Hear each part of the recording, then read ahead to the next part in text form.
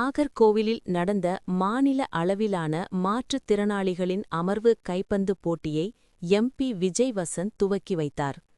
மேலும் மாற்றுத்திறனாளிகளை உற்சாகப்படுத்தும் வகையில் தரையில் அமர்ந்து அவர்களோடு விளையாடி அவர்களுக்கு ஊக்கம் அளித்த சம்பவம் மாற்றுத்திறனாளிகளிடையே நெகிழ்ச்சியை ஏற்படுத்தியது. குமரி பாராலிம்பிக் எம்பவர்மெண்ட் சார்பில் மாற்றுத்திறனாளியின் மாநில அளவிலான சிட்டிங் கைப்பந்து போட்டி நாகர்கோவில் கோணம் பகுதியில் நடைபெற்றது. இதில் கோவை, கன்னியாகுமரி, ராமநாதபுரம், மதுரை, நெல்லை, தூத்துக்குடி உள்ளிட்ட 16 மாவட்டங்களைச் சேர்ந்த 16 அணிகள் கலந்து கொண்டன. இந்த கைப்பந்து போட்டியை குமரி பாராளுமன்ற உறுப்பினர் விஜய் வசந்த் எம்பி துவக்கி வைத்தார்.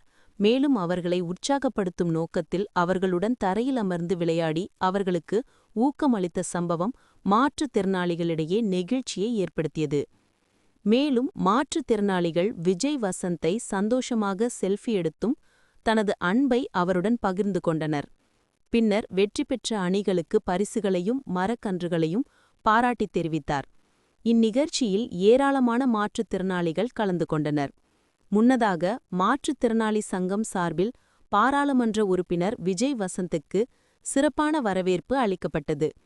வெற்றி பெற்றவர்களுக்கு பரிசுகளையும் மரக்கன்றுகளையும் வழங்கினார்.